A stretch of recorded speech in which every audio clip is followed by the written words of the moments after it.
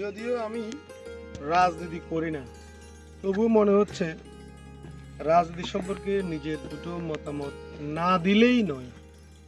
আমি মনে করি যারা রাজনীতিবিদ তাদের রাজনীতি করা উচিত গরিব এবং মধ্যবিত্তের জন্য। কারণ গরিব এবং মধ্যবিত্তের জন্য যদি আপনি রাজনীতি করেন তাহলে সে রাজনীতিতে আপনার সফলতা নিশ্চিত, এবং দিন শেষে আপনি যখন হারিয়ে যাবেন এই সাধারণ মানুষগুলো আপনাকে ভুলবে না। তাই বড় লোকের রাজনীতি বাদ দিয়ে গরিব এবং মধ্যবিত্তের জন্য রাজনীতি আপনি করেন, তারাও উপকৃত হবে, আপনিও উপকৃত হবেন এবং দেশেরও উন্নয়ন হবে।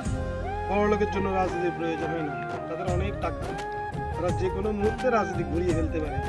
কিন্তু গরিব এবং মধ্যবিত্ত সব সময় রাজনীতিবিদদের সহযোগিতায় চলতে চায়, সহযোগিতায় নিজেকে প্রতিষ্ঠিত করতে চায়, ন্যায় বিচার চায়। কিন্তু বড় লোক সেটা চায় না।